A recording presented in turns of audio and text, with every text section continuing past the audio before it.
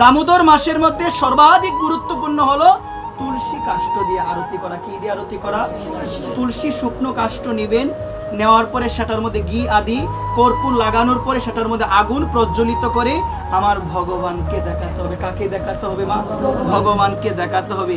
আমাদের হরিভক্তি বিলাসে বিধান আছে মা, যখন কোনো মানুষ মারা যায় মা, সেই মানুষটাকে যখন মা শ্মশানের মধ্যে উঠানো হয় দাহ করার জন্য, তখন যদি কোনো ভক্ত কোনো মানুষ যদি সেই চিতার মধ্যে তুলসী কাষ্ঠ দেয় মা, সেই ব্যক্তিকে যমদূত কখনো স্পর্শ করতে পারে।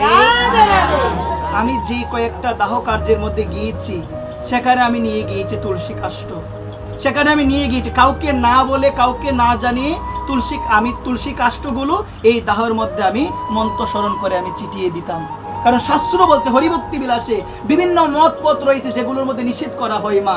শক্তি মতের মধ্যে বিভিন্ন মত আছে যে মতের মধ্যে তারা এগুলো মানে না, কিন্তু আমাদের হরিভক্তি বিলাসে বলছেন যখন কোনো ব্যক্তি মৃত্যুবরণ করে মা, যখন কোনো ব্যক্তি মৃত্যুবরণ করে তাকে যখন শ্মশানে নিয়ে যাওয়া হয়, শ্মশানে নিয়ে যাওয়ার পরে তার চিতাটা যখন ওই দাহ কার্যের মধ্যে রাখা হয়, অন্ত্যেষ্টি ক্রিয়ার মধ্যে যদি আমরা সেই তুলসী কাষ্ঠ দিই, যমদূত যমরাজ তাকে কখনো ধরতে পারে না। একবার মন দিয়ে শুনবেন।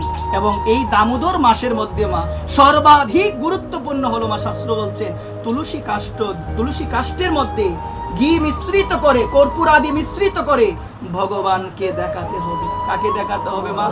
এখনো যে কয়েকটা দিন আছে আমি আমার কৃষ্ণ ভক্ত গৌর অনুরাগী নিতাই অনুরাগী মায়েদের চরণে এই নিবেদন করব, আপনারা সন্ধ্যাবেলায় ভগবান দামোদরের উদ্দেশ্যে, মা কার উদ্দেশ্যে সবাই বলো?